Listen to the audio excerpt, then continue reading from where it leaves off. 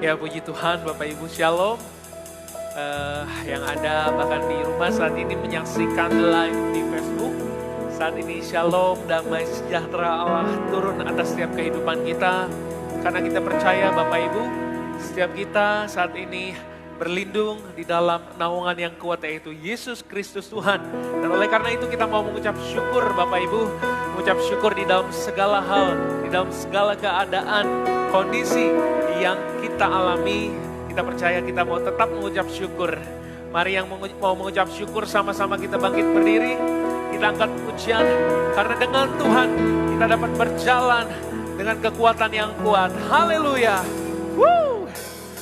Yes. Terima kasih Tuhan.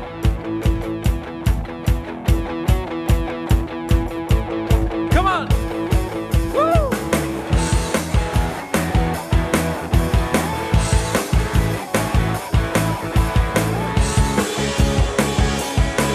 Mari kita nyanyikan dengan iman. Katakan, tak pernah ku ragu akan kesetiaanmu. Kau pegang hidupku. Katakan, katakan, ku yakin dan percaya. Kau tuntun langkahku.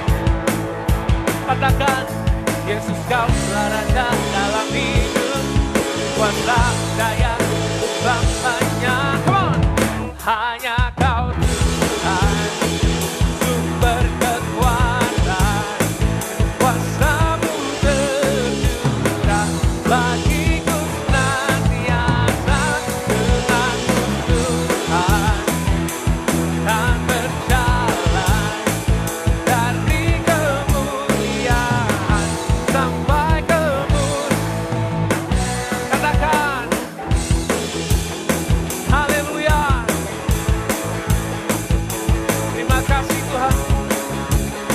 Mari dengan iman kita nyatakan, tak pernah ku ragu, tak pernah ku ragu akan kesetiaanmu. Dia pegang hidup kita, amin. Sepenuh jiwa, kami yakin dan percaya. Kau tuntun langkah, panggil namanya Yesus. Yesus kau raja dalam hidup, kuasa daya selamanya. Hanya kau Tuhan, berkekuatan, kuasamu. Yes, bagiku senantiasa. Denganmu kami kan berjalan, yes, dari kemuliaan sampai kemuliaan selamanya.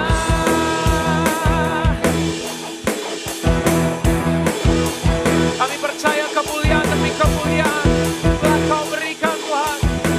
Yes, come on. Woo!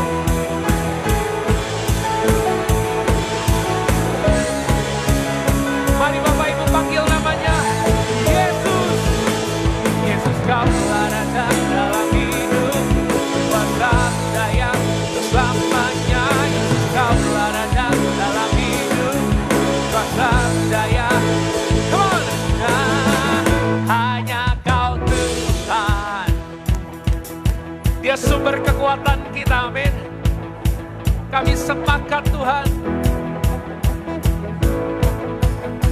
Kami sepakat berjalan dari kemuliaan sampai hanya kau Tuhan. Oh, kekuatan kuasamu tercurah bagiku senang. Denganmu Tuhan, Tuhan berjalan dari kemuliaan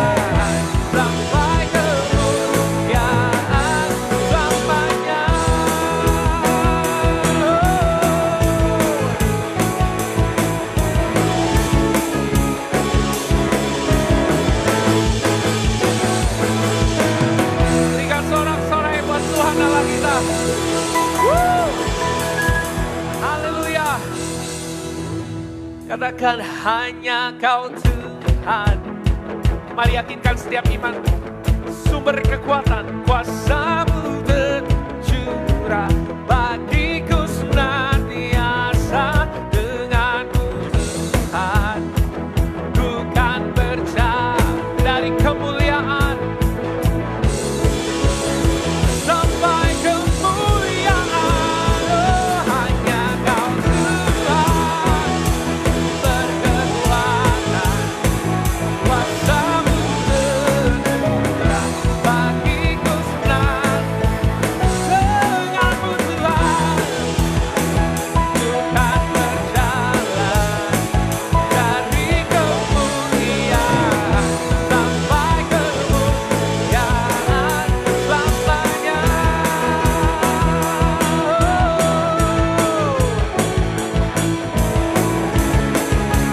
Kami nyatakan,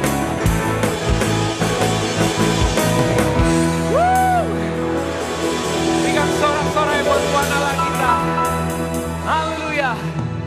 Haleluya. Hanya di dalam Yesus kita memperoleh kemuliaan demi kemuliaan yang telah dikerjakan di atas kayu salib. Amin. Pada saat ini kita mau mengucap syukur.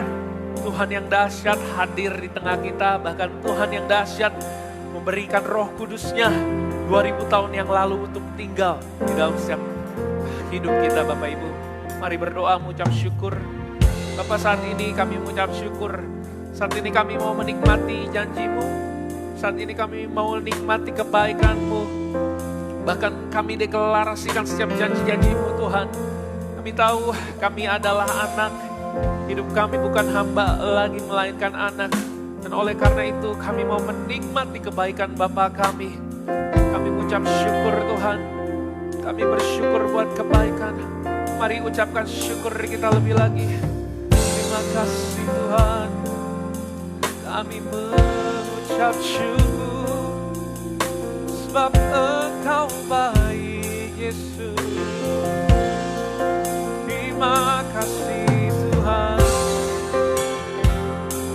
Terima kasih. Terima kasih Bapa. Betapa dahsyat Engkau Tuhan, pencipta segala yang ada. Dulu, sekarang, sampai selamanya.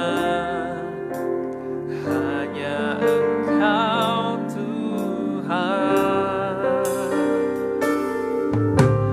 Tak terselami pikiran,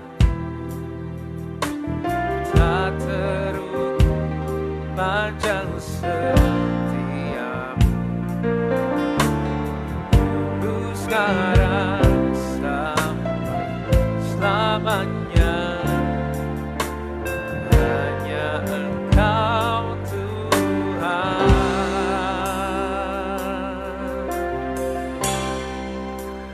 Ku sembah Yesus. Hanya Engkau Allah di hidup. Tiada yang lain, hanya Kau. Hanya Engkau Tuhan selamanya. Kau tetap Allah. Walau dunia semua bergoncang, semua bergoncang, tak tergoyahkan, tak tergoyahkan. Kau tetap Allah.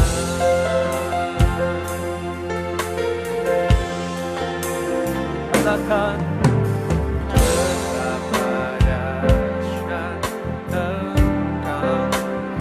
Kau pencipta, cipta segala yang ada.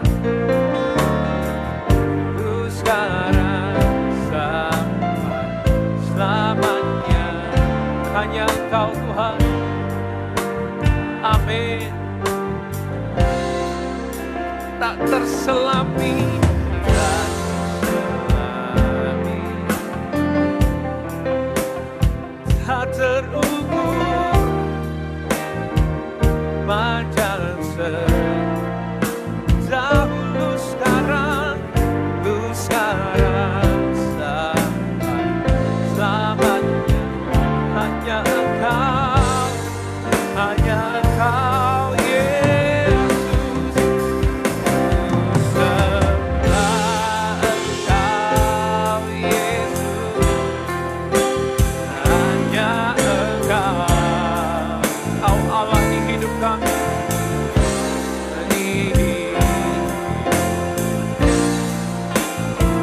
Tiada yang lain,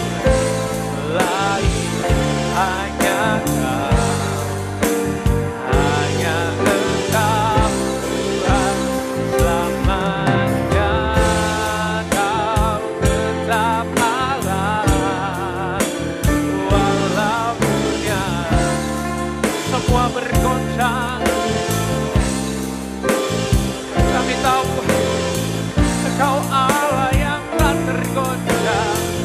Goyahkan Kau tetap Allah. Pada saat ini kita berseru Bapak Ibu, katakan tetap ada.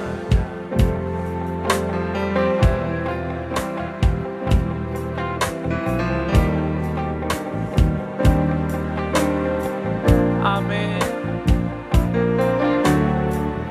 Ku sekarang sampai selamanya. Hanya Engkau Tuhan. Dengan tak terselami pikiranmu Tuhan. Amin. Tak terukur bahkan dulu sekarang, lu sekarang sampai selamanya. Mari nyanyikan, mari berseru, hanya Engkau sembah. Amin. Hanya Engkau, Kau Allah di hidup kami Tuhan. Tiada yang lain, tiada yang lain, hanya Kau, hanya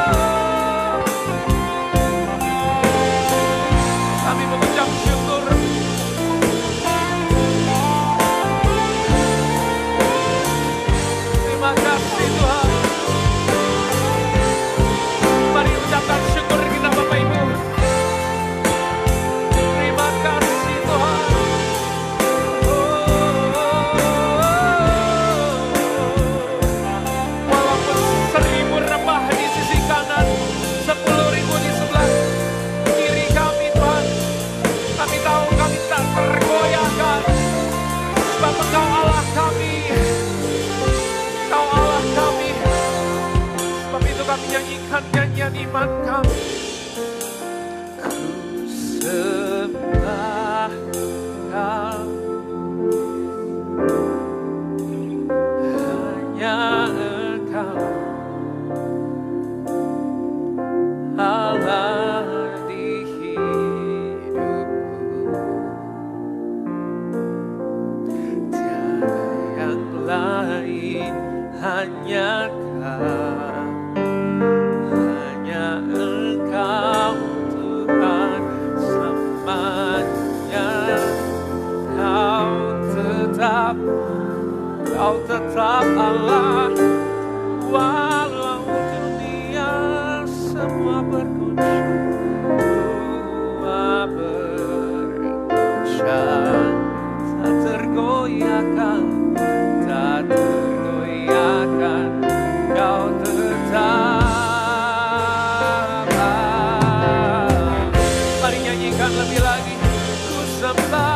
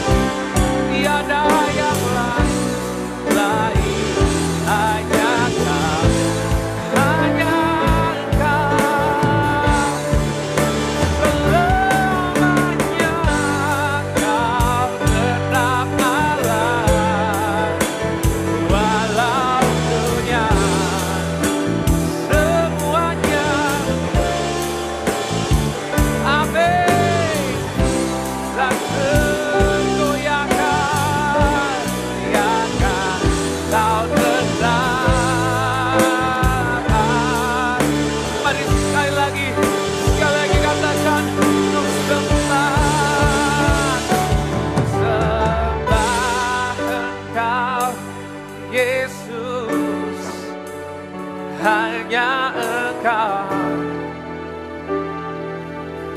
Allah di hidupku. Tiada yang lain, hanya Kau, hanya Engkau Tuhan selamanya. Kau tetap Allah, walau dunia semua berguncang, semua berguncang, tak tergoyahkan, Kau tetap Allah.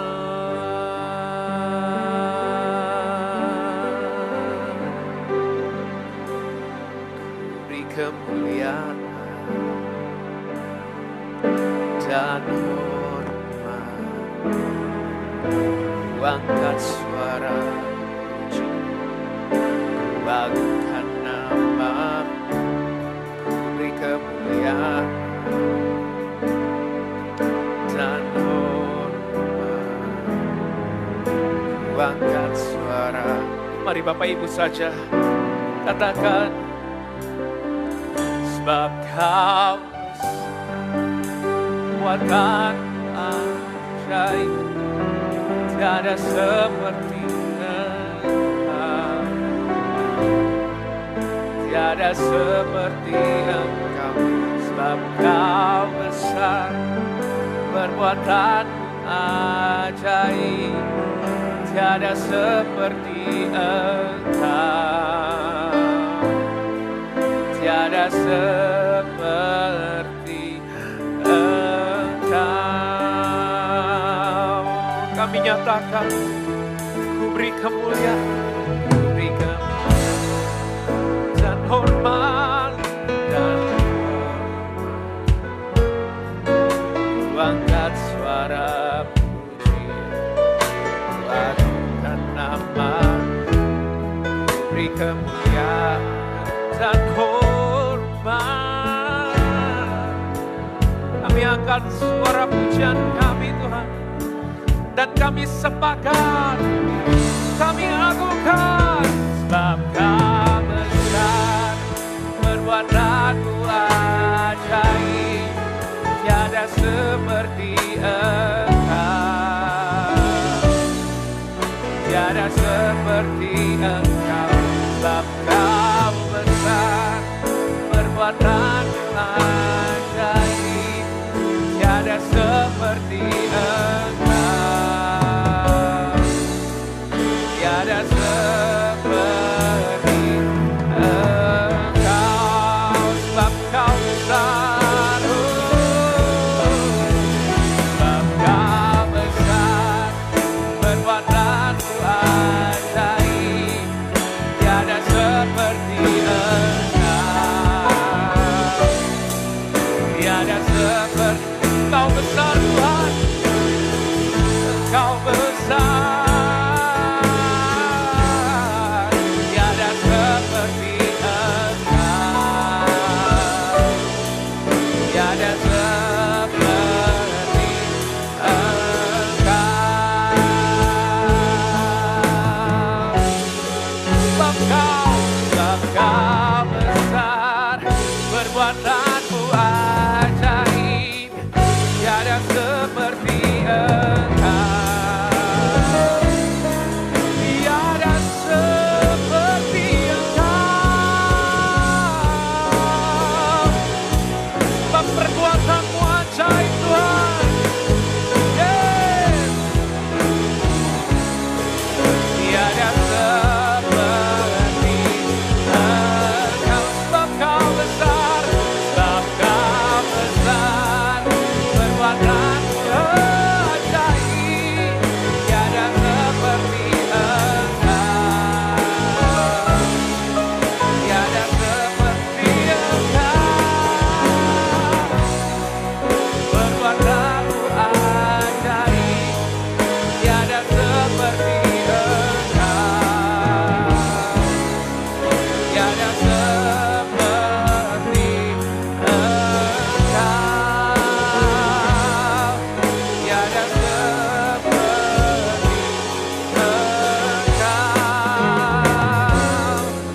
tiada seperti Engkau,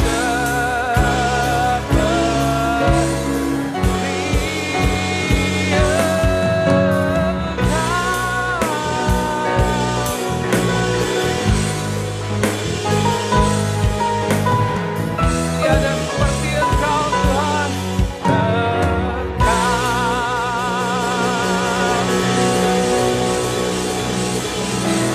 sebab tiada yang seperti Engkau,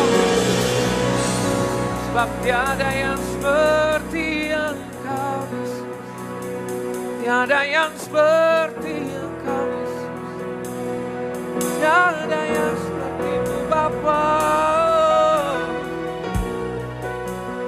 perbuatan-Mu ajaib, perbuatan-Mu dahsyat Tuhan, Kau Bapa yang baik. Mari Bapak Ibu saat ini kita nikmati kebaikan Tuhan, sebagaimana saat ini kita telah menjadi anaknya. Kita nikmati janji-janjinya, bahkan hadirat, bahkan kasih-Nya, perbuatannya ajaib Tuhan, sebab Engkau besar Tuhan, Engkau besar Tuhan, perbuatannya ajaib.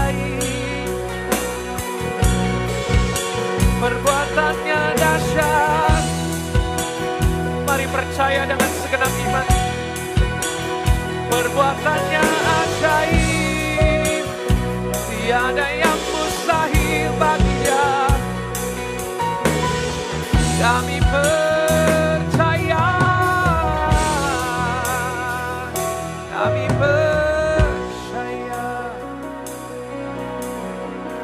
kami percaya,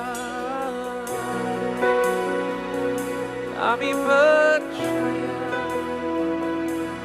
Kau besar, perbuatan ajaib, tiada seperti Engkau, tiada seperti Engkau. Kau besar, perbuatan ajaib, tiada seperti Engkau, tiada lebih lagi katakan, sebab Kau besar ajaib, tiada yang seperti Engkau Yesus, tiada seperti Engkau, sebab Kau besar, perbuatan-Mu ajaib, tiada seperti Engkau, tiada seperti Engkau. Kau ajaib, Kau besar, Kau besar, perbuatan-Mu ajaib, tiada seperti Engkau, tiada seperti Engkau, sebab Kau besar, perbuatan-Mu ajaib, tiada seperti Engkau, tiada seperti Engkau, tiada seperti Engkau, tiada seperti Yesus, Yesus. Haleluya.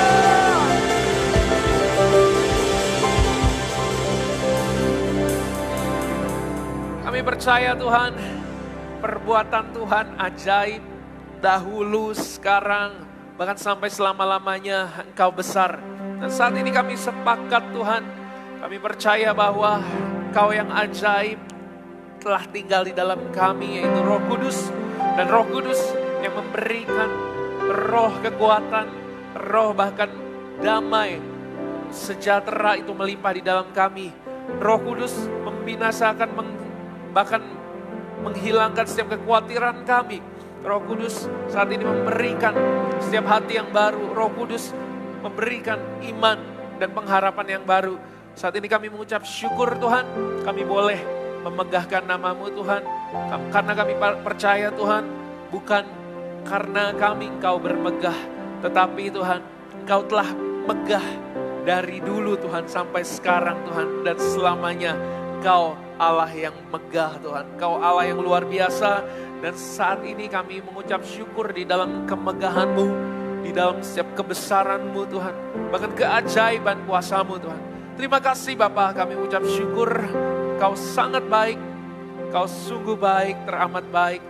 Dan saat ini kami mengucap syukur Tuhan. Dan sebentar kami akan menyambut firman-Mu Tuhan. Kami siapkan hati kami. Kami mengucap syukur oleh karena kejadian-Mu dahsyat. Terima kasih Tuhan. Terima kasih. Mengiring-Mu seumur hidupku, masuk dalam rencana-Mu Bapa. Pikiranku, kehendakku, ku serahkan padamu.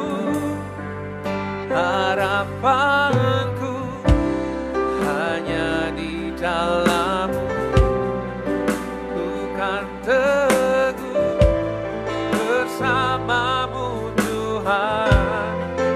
jadikanku bercandamu untuk memuliakan, mengiringmu seumur hidupku,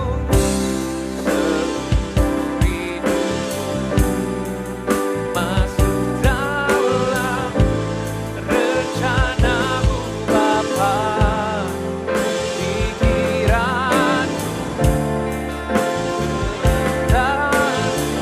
Kami serahkan kepadamu Tuhan, serahkan padamu harapanku, harapanku hanya di dalam-Mu, dan teguh bersama-Mu Tuhan. Jadikanku bercandamu untuk memuliakan. Mari sekali lagi katakan, oh mengiringmu seumur hidupku, masuk dalam rencanamu Bapa. Pikiranku serahkan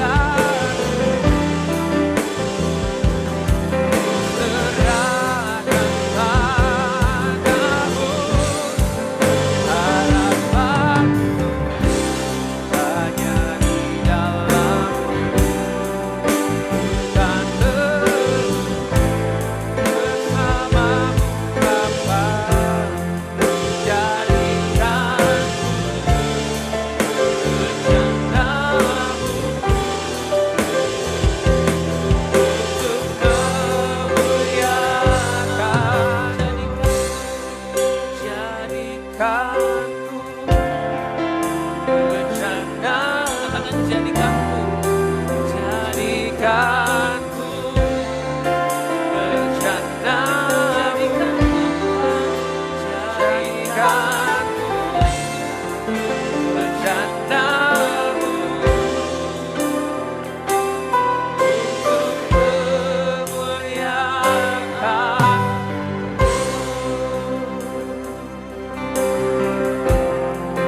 Jadikanku pahlawan-Mu Tuhan, jadikanku pejuang-Mu Tuhan, jadikanku tak pernah menyerah, jadikanku kuat dalam segala hal. Haleluya. Jadikanku prajurit-Mu Tuhan, jadikanku pahlawan-Mu Tuhan. Because the battle is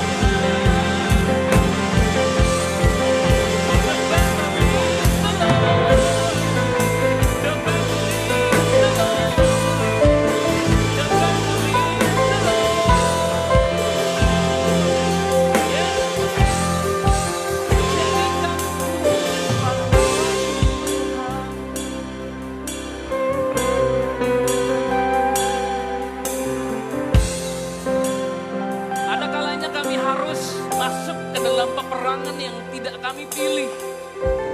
Itu Tuhan yang pilih buat kami. Ada kalanya kami harus menghadapi peperangan yang tidak kami masuki sendiri. Tuhan yang membawa kami masuk ke dalam peperangan itu. Ada kalanya kami harus berhadapan dengan perkara-perkara mustahil yang tidak kami cari-cari, yang kami sebenarnya ingin hindari. But God is the creator. God is the leader. Tuhanlah yang membawa kami masuk ke dalam peperangan itu. Karena itu kami tahu the battle is the Lord. Kami tahu bahwa peperangan ini milik Tuhan. Akan dimenangkan dengan cara Tuhan. Dan kalau ada di antara kami yang hari-hari ini dikejutkan dengan berbagai macam hal yang terjadi Tuhan. Dikejutkan dengan berbagai macam hal yang membuat kami sempat down, sempat tawar hati, sempat kecewa, sempat pahit, sempat marah. Biarlah pada hari ini kami menyadari bahwa tidak ada satu hal pun dalam hidup kami yang terjadi secara kebetulan. Semua ada di dalam rancangan-Mu ya Tuhan. Kau yang mengizinkan hal-hal itu terjadi dalam kami. Sebab Engkau hendak membangkitkan semua tengah-tengah kami Tuhan. Engkau sedang membangkitkan pahlawan. Pahlawan-Mu di akhir zaman. Biarlah Yoel pasalnya yang kedua digenapi atas gereja-Mu hari-hari ini. Ketika Engkau mencurahkan Roh Kudus-Mu, para pahlawan-Mu bangkit. Amen. Berkumpul dan maju bersama-sama. Terima kasih Tuhan Yesus untuk hari ini. Kami siap mendengarkan firman-Mu. Di dalam nama Tuhan Yesus Kristus. Kita sama-sama katakan. Amin. Haleluya. Silakan duduk saudara. Shalom, selamat pagi. Saya senang sekali bertemu dengan Bapak Gembala, Ibu Gembala, dan setiap saudara yang hadir pada hari ini. Saya nggak pernah menyangka bahwa kita akan bertemu lagi secara tatap muka ya, karena banyak gereja yang belum buka. Gereja saya pun masih memulai secara bertahap. Jadi leadersnya dulu yang hadir. Jadi hari ini sebenarnya di ibadah offline di gereja saya, tapi baru beberapa orang saja. Kita coba cari tahu bagaimana pola yang terbaik buat di gereja kami. Jadi saya bersyukur sekali kalau di daerah sini udah ada gereja-gereja yang bisa beribadah bersama-sama. Berapa banyak di antara saudara yang pada hari ini diberkati oleh pujian penyembahan tadi? Amin. Saya sangat diberkati dengan pujian penyembahan tadi ya. Saya merasakan kehadiran Tuhan.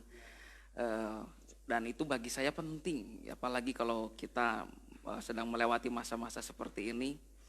Hadirat Tuhan itu gak tergantikan ya, itu gak bisa digantikan dengan apapun. Kehadiran Tuhan itulah yang memberikan kepada kita kekuatan hari demi hari. Saya mau tanya sama saudara, Ibu aja deh. Kira-kira minggu kemarin makan apa Bu? Hari Minggu kemarin makan apa? Lupa ya. Tapi hidup hari ini mungkin karena makanan minggu kemarin juga. Ya kan? Ya kan? Tapi dia masih hidup hari ini pasti karena makanan minggu kemarin. Lalu makanan 2 hari lalu. Makanan 4 hari yang lalu. Dia mungkin gak ingat makanannya apa. Sama saudara, waktu saudara dengarkan khotbah, mungkin saudara nanti lupa. Dan akhirnya banyak orang berkata, buat apa Pak dengerin khotbah Pak, nanti juga lupa. Memang. Tetapi khotbah hari ini membuat engkau hidup untuk hari esok. Betul? Ya ada banyak orang punya alasan, Pak sudah dengerin ribuan khotbah Pak. Dan saya gak ingat satupun Pak. Apa gunanya khotbah kalau saya gak ingat? Memang. Siapa suruh saudara ingat khotbah ratusan tahun yang lalu, ribuan tahun yang lalu, bahkan khotbah 2 bulan yang lalu? Kan enggak. Tapi tanpa kita sadari, setiap firman yang dibagikan itu memberi kita kekuatan. Itu memberi kita satu energi. Sehingga kita bisa menjalani hari demi hari. Khotbahnya mungkin lupa. Tapi urapan yang menyertai khotbah tersebut. Rema yang engkau terima karena firman itu yang menguatkan kita. So, siapa bilang firman Tuhan itu gak penting. Hanya karena saudara gak bisa ingat firmannya apa. Ya, itu beri kita kekuatan sampai pada hari ini. Amin. Tema kita hari ini, the battle is the Lord's. Saya mungkin akan mendapati saudara tiba-tiba kaget dengan apa yang mau saya sampaikan. Karena saudara mungkin udah punya bayangan, saya mau khotbah apa kalau tentang ini. Tapi mari kita buka dulu Yosua pasalnya yang ke-10. Yosua pasalnya yang ke-10.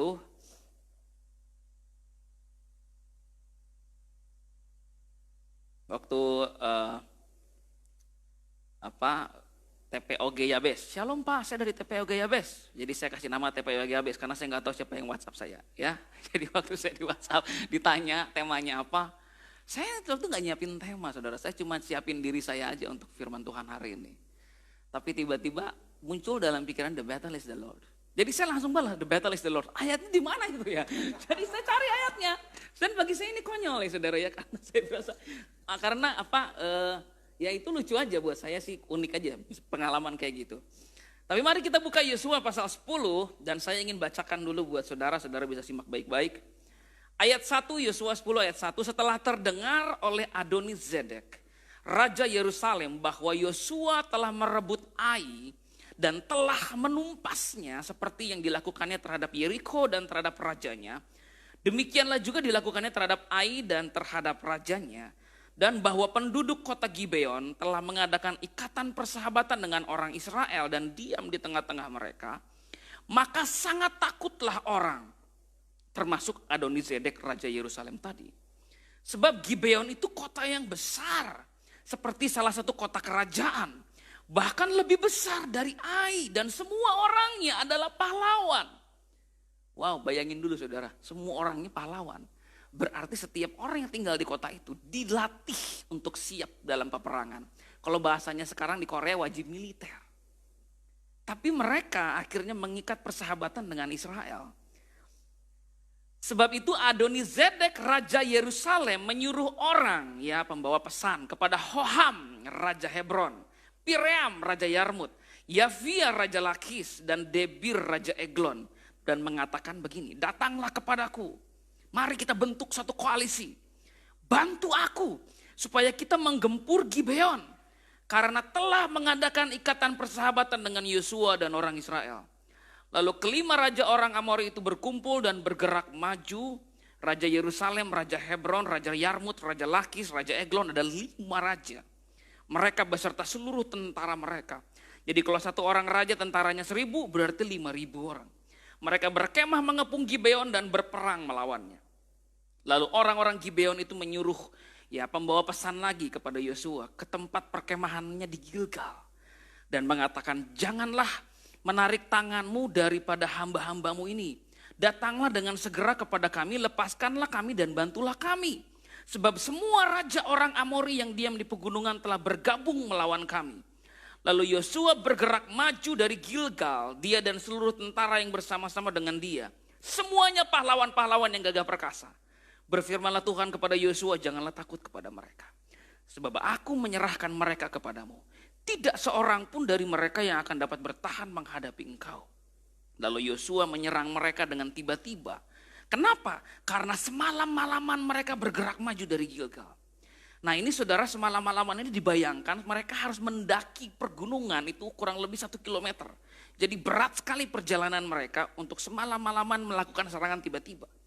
Dan Tuhan mengacaukan mereka di depan orang Israel. Sehingga Yosua menimbulkan kekalahan yang besar di antara mereka dekat Gibeon. Mengejar mereka ke arah pendakian Bet-Horon. Dan memukul mereka mundur sampai dekat Azeka dan Makeda. Sampai di sini dulu. Nah, saudara, ini peperangan yang saya pikir sangat unik. Oleh karena peperangan ini bukanlah peperangan yang didesain oleh Yosua. Dia nggak cari-cari peperangan ini. Ini peperangan yang tiba-tiba datang kepada dia ketika dia sedang berkemah. Pembawa pesan dari Gibeon datang dan berkata, tolong kami. Kelima raja, 5 kerajaan dengan tentaranya menyerbu kami. Mengepung kami sekarang. Dan Yosua kaget. Hah? Oh begitu? Iya, tolong kami. Jadi akhirnya dia bawa pasukannya untuk menolong Gibeon. Nah saudara, Gibeon ini siapa? Gibeon ini sebenarnya bangsa yang menipu mereka. Jadi ini bangsa yang sebenarnya menipu mereka untuk mengikat perjanjian. Jadi setelah Yosua mengikat perjanjian dengan bangsa Gibeon, perjanjiannya cuma satu sebenarnya. Kami tidak akan membinasakan kalian. Kami tidak akan membunuh kalian. Cuma itu perjanjiannya. Dengan kata lain, tidak menolong Gibeon pun tidak apa-apa buat Yosua. Karena perjanjiannya cuma satu. Kami tidak akan membunuh kalian ketika kami menaklukkan bangsa lain. Kalian kami bebasin deh, gak akan kami bunuh. Tapi kalau orang lain bunuh ya gak apa-apa dong. Ya, karena perjanjiannya cuma bangsa Israel tidak akan membunuh Gibeon. Jadi kalau dibunuh sama bangsa lain ya sebenarnya buat Yosua itu keuntungan. Karena dia terbebas dari ikatan janji tadi. Pertanyaannya kenapa dia tolong? Kenapa dia memilih menolong Gibeon? Daripada seharusnya ya lebih baik dibiarin aja. Dengan begitu kan saya terbebas dari ikatan perjanjian yang memang sudah salah saya buat sejak awal. Saudara tahu kenapa dia tolong Gibeon?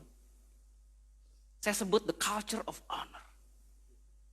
Budaya hormat, respect terhadap ikatan perjanjian. Saudara tahu bahwa COVID-19 diizinkan Tuhan datang untuk mengajari gereja the culture of honor. Untuk mengajari para pelayannya the culture of honor. Bahwa kita ada di gereja, melayani di gereja bukan karena sedang mengembangkan bakat, atau sarana aktualisasi diri, atau sedang mencari tempat di mana lagi butuh dihibur. Enggak. Kita bergabung dalam sebuah gereja, bergabung dengan rekan-rekan yang lain, oleh karena ikatan perjanjian. Saya pernah bahas beberapa waktu yang lalu, sebelum COVID ya, tentang ikatan perjanjian. Saudara, kenapa saudara melayani di sini tadi? Ini battleground. Saya ini adalah mantan pasien COVID-19. 18 hari saya dirawat di rumah sakit dan hampir mati. Karena sesak nafas. Saya belum biasa pakai beginian, jadi nyangkut terus di kacamata saya. Ya. Saya ini hampir mati. Makanya kan kelihatan gantengnya berkurang dikit. Saya bercanda ya. Istri saya selalu bilang, garing kamu. Kalau bercanda orang gak ketawa. Tapi ada yang ketawa Pak Okta, puji Tuhan. Ya. Jadi saya ini hampir mati. Saya dirawat di salah satu rumah sakit rujukan pemerintah. Saya belum pernah sakit seperti itu sebelumnya. Saya pikir penyakit ini kurang ajar dalam arti saya. Karena dia mau bunuh saya. Kalau penyakitnya itu kan lemah lembut. Ya, nggak memberikan kepada kita satu ketakutan bahwa gue bakal mati, enggak. Tapi penyakit ini seakan-akan mengejar orang untuk, lu mati kalau bisa mati deh. Jadi saya ingat ketika saya di rumah sakit, teman-teman di sebelah saya ada satu bapak-bapak. Sebenarnya dia sangat agamawi, maksudnya dia taat sama agamanya. Tapi setiap kali dia telepon dengan keluarganya dia cuma bilang, Papa takut mati. Papa takut mati. Kalau saya lihat dia lagi berdoa, di waktu-waktu yang sudah ditetapkan, dia nangis, dia bilang, saya takut mati kepada Tuhannya. Lalu di ruangan sebelah lagi saya lihat ada orang teriak-teriak menjerit karena dokter bilang dia depresi Pak. Karena penyakit itu. Belum lagi dia harus diisolasi dan lain sebagainya. Nah kalau saudara lihat yang di Wisma Atlet, mereka bisa jalan-jalan. Yang masuk rumah sakit keluar ruangan aja gak boleh. Dimarahin sama suster. Kalau yang di Wisma Atlet bisa jalan-jalan, lari pagi, hahihi. Kalau di rumah sakit gak bisa. Nah saya di situ. Dan saya berpikir, how do people still want to go to church? Kenapa orang masih mau ke gereja, melayani di gereja? Padahal ini battlefield. Ya, setidaknya untuk setahun ke depan ini medan peperangan ini. Dan ada orang bilang, Pak Bapak enak, udah kena Pak. Kalau Bapak katanya kalau udah kena kan ada antibodi. Kata siapa? Itu penelitian dari mana itu? Penyakitnya belum setahun. Penelitiannya udah keluar, kan lucu. Gak bisa, gak ada dalam artian saya pun masih bisa terkena lagi. Lalu kenapa kita ada di sini pulang semua? Saya percaya because the culture of honor. Makanya the battle is the Lord. Saya terhibur saudara waktu saya pulang ke rumah, lalu akhirnya saya sudah mulai bisa bercengkerama dengan keluarga. Anak saya dapat penglihatan. Jadi anak saya ini jarang dapat begitu. Tapi dia merasa ini real, makanya dia cerita. Dia bilang pertama dia lihat gorden kamar tiba-tiba terbuka. Lalu ada cahaya. Nah kamar saya ini agak susah dapat cahaya. Karena kami tinggal di apartemen yang tembok semua. Jadi agak kesulitan cahaya bisa masuk ke kamar itu. Itu hampir nyaris mustahil itu. Tapi anak saya lihat malam-malam ada gorden terbuka dan ada cahaya masuk ke dalam kamar. Lalu dia merasa dalam hatinya bahwa itu Tuhan Yesus. Lalu Tuhan kasih dia penglihatan bahwa Tuhan lagi tumpang tangan sama orang di jalan-jalan. Tuhan Yesus lagi sembuhin orang-orang. Wah puji Tuhan Jubeli, Tuhan Yesus mau lembuin orang-orang, iya. Makanya dia terus berdoa setiap hari tentang corona. Tuhan Yesus sembuhkan orang-orang, selalu begitu. Tapi yang dia cerita berikutnya itu yang buat hati saya tersentuh. Tapi Jubeli lihat juga ada orang-orang yang dikasih mahkota sama Tuhan Yesus. Hah? Iya dikasih mahkota sama Tuhan Yesus. Dan tiba-tiba roh saya berkata begini bahwa itu orang-orang yang meninggal. Itu hamba-hamba Tuhan yang meninggal. Itu anak-anaknya yang meninggal. Kalau orang bilang orang kena COVID matinya memalukan, di mata Tuhan mereka matinya terhormat. Dikasih mahkota. Di situ hati saya hancur, saya terenyuh, saya bilang, wow, that is the culture of honor. Saudara, di mata Tuhan berharga kematian orang yang dikasihinya. Saudara mau mati karena apapun juga kematianmu tetap berharga. Saudara mau mati karena kanker kek, saudara mau mati ketabrak mobil kek, jatuh dari pesawat, whatever. Karena Allah kita menghargai kultur budaya, hormat, respect tadi, kematianmu berharga. Amin. Jadi kenapa kita berkumpul, kenapa kita tetap mensupport gereja, kenapa kita tetap mensupport pelayanan ini. Dan pelayanan yang Tuhan percayakan kepada kita, kalau saya di gereja saya, pertama ada the culture of honor. Ada banyak orang bilang, Pak kalau sedikitan gak ramai Pak, gitu ya. Atau ada lagi yang bilang, Pak kalau ibadah online saya kayak gak dapetin apa-apa. Ya whatever.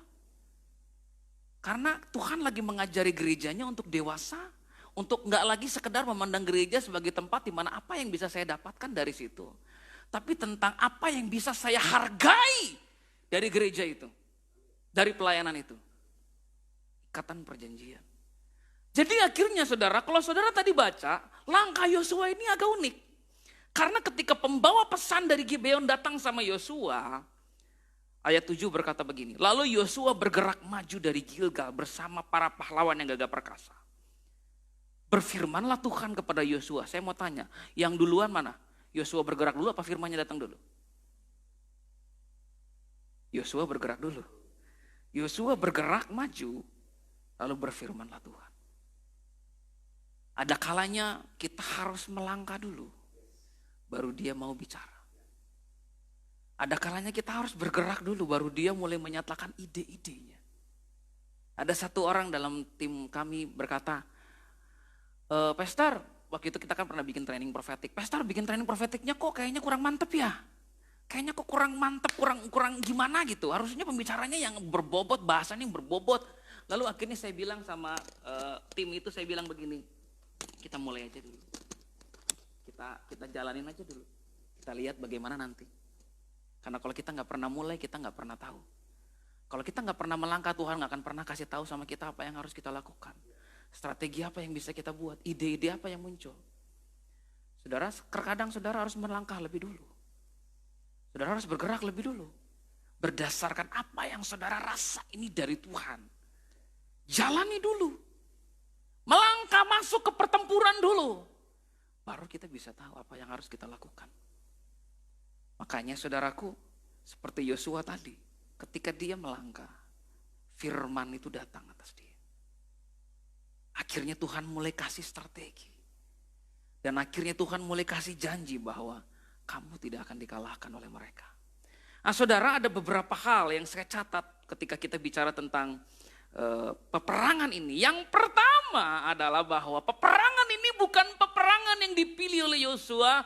Peperangan ini dipilih oleh Tuhan karena dia lagi mau tahu mentalitas dan karakter seperti apa yang Yosua punya. Kita mau lihat di orang kayak gini kayak gimana. Dia menghargai gak sih ikatan perjanjian? Ini orang respect gak sih sama ikatan perjanjian yang dia buat? Karena Tuhan berjanji sama Yosua, kamu akan masuk ke tanah perjanjian. Tanah Kanaan. Semua raja-raja Kanaan akan kamu taklukkan. Tapi Allah kita itu gak pernah terfokus sama kesuksesan. Dia terfokus kepada mentalitas dan karakter yang dibentuk dalam diri seseorang. Ada banyak orang sukses, karakternya busuk dan rusak. Makanya Tuhan gak pernah fokus ke situ, dia fokus kepada karakternya. Saya mau lihat ini orang seperti apa Yosua ini. Apa dia akan membiarkan Gibeon dibinasakan? Dan dia berkata, akhirnya aku bebas dari ikatan perjanjian. Kan bukan aku yang bunuh. Apa dia akan hidup dengan kepahitan karena pernah ditipu oleh Gibeon? Atau sebaliknya? He's your grace, sesuai dengan namanya. Yeshua. Yeshua, God is my salvation. Dan sesuai dengan namanya, this your grace. Makanya Yosua gak nanya sama Tuhan. Tuhan perlu gak saya tolong Gibeon? Enggak. Secara natural dia udah tahu itu yang harus dia lakukan. Saudara kan gak perlu nanya sama Tuhan. Tuhan perlu gak saya bayar utang saya? Gak perlu. Utang itu harus dibayar. Gak perlu 2 puasa 40 hari 40 malam. Perlu gak saya bayar utang saya Tuhan? Gak perlu. Bayar utangmu. Tapi Tuhan akan beri kamu jalan keluar. Dia akan buka pintu-pintu berkat mengalir untuk kau bayar utangmu. Tapi kalau mau bayar hutang gak usah nanya Tuhan. Ya. Jadi jangan ikut seminar bagaimana caranya supaya tidak membayar hutang. Jangan, itu seminar sesat itu ya. Amin. Jadi Yosua gak nanya sama Tuhan, perlu gak dia tolong Gibeon. Tahu saudara, saya bertanya banyak di antara saudara yang gak nanya Tuhan, Tuhan perlu gak saya melayani di sini. Itu natural. Because you respect ikatan perjanjian. Amin. Amin. Saya ingin berkata sama saudara bahwa saudara adalah para pahlawan. Saudara melangkahkan kaki menuju medan pertempuran. Saudara tahu resiko yang harus saudara ambil. But yet you still here. Saudara tetap ada di sini. Kenapa saudara?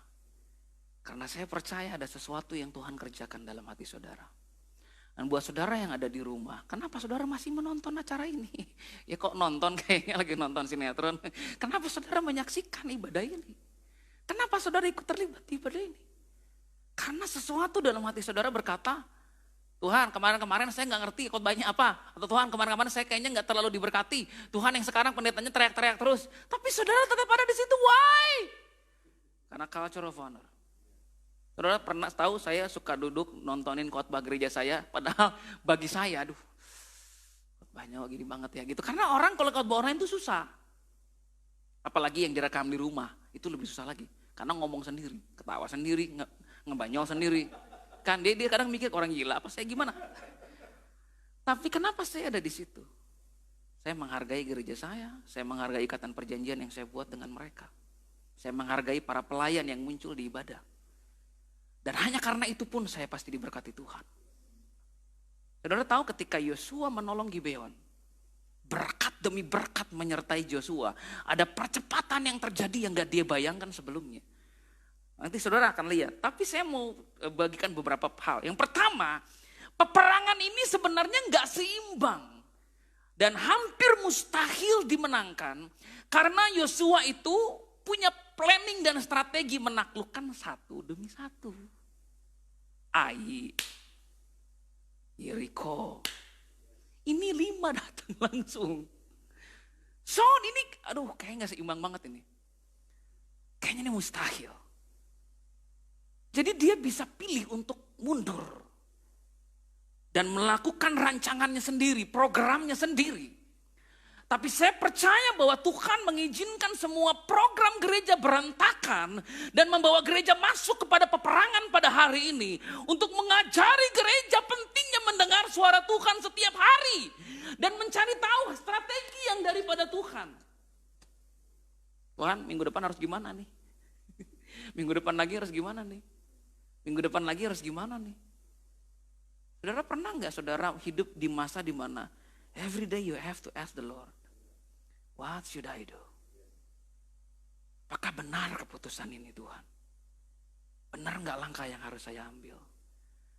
Di gereja kami akhirnya kita dapetin untuk 2 puasa 40 hari mempersiapkan gereja untuk akhirnya membuka diri secara offline. Salah satu pokok doa di 2 puasa 40 hari itu adalah berikan kepada para pemimpin hikmat untuk mengambil keputusan dengan benar. Saudaraku, Tuhan lagi mengajari Yosua untuk sementara ya bro, tuh program-program singkirin dulu.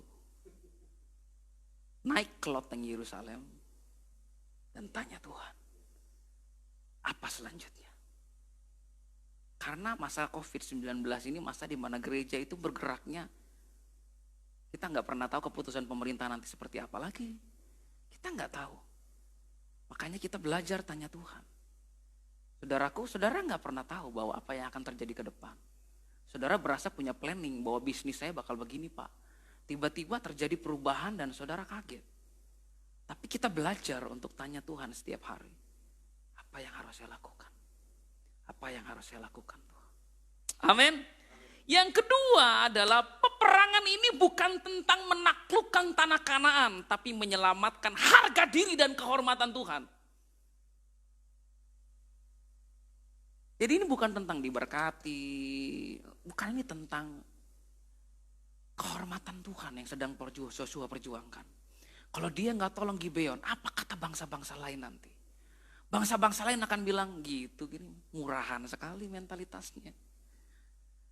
Jadi dia coba jaga harga diri dan martabat Tuhan yang dia bawa dengan namanya. God is my salvation. Dia ingin supaya orang Gibeon pada akhirnya ketika mengeluh-elukan Yosua sebenarnya sedang mengeluh-elukan Yesus sebagai penyelamat. Saya mau tanya sama saudara sekarang. Ketika peristiwa ini terjadi, COVID-19 ini terjadi dan semua hal menjadi berantakan. Dan saudara berpikir apalagi yang harus saya perjuangkan Pak? Bagaimana kalau kita memperjuangkan nama baik Tuhan? Bagaimana kalau kita memperjuangkan status Tuhan sebagai Allah yang luar biasa itu? Enggak kita permalukan dia dengan status kita di Facebook yang enggak karuan. Bagaimana kalau kita coba pertahankan kehormatan Tuhan itu lewat hidup kita? Mau lagi mengalami tekanan, mau sedang mengalami kesulitan, mau sedang mengalami hutang yang banyak, kita tetap berkata, aku tidak akan mempermalukan Tuhan. Kita tetap memperjuangkan itu. Ketika nggak ada lagi yang bisa diperjuangkan. Karena mau ngomongin soal berkat Pak, zaman sekarang semua juga kena Pak. Kena dampak semua Pak. Ya kan? Tapi ada sesuatu yang bisa kita perjuangkan. Bagaimana untuk tetap mengagungkan Tuhan di tengah-tengah momen seperti ini? Bagaimana untuk membuat semua penduduk kita di Facebook, ya jemaat kita di Facebook, netizen dan segala macam melihat bahwa bless the Lord, oh my soul, oh my soul. Bu, bayar utangnya tenang, nanti Tuhan tolong. Worship His holy name. Bu, bisnis tutup ya, nggak apa-apa.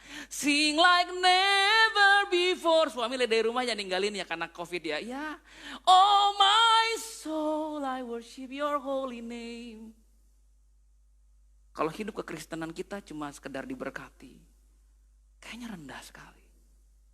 Tapi kalau hidup kekristenan tentang glorifying God in every moment, percaya dengan perkataan firman Tuhan, dia akan membuat engkau menaklukkan lebih banyak tempat daripada yang pernah engkau alami sebelumnya. Amin. Saudaraku, ini masanya buat kita untuk mulai memikirkan tentang budaya hormat tadi. The culture of honor.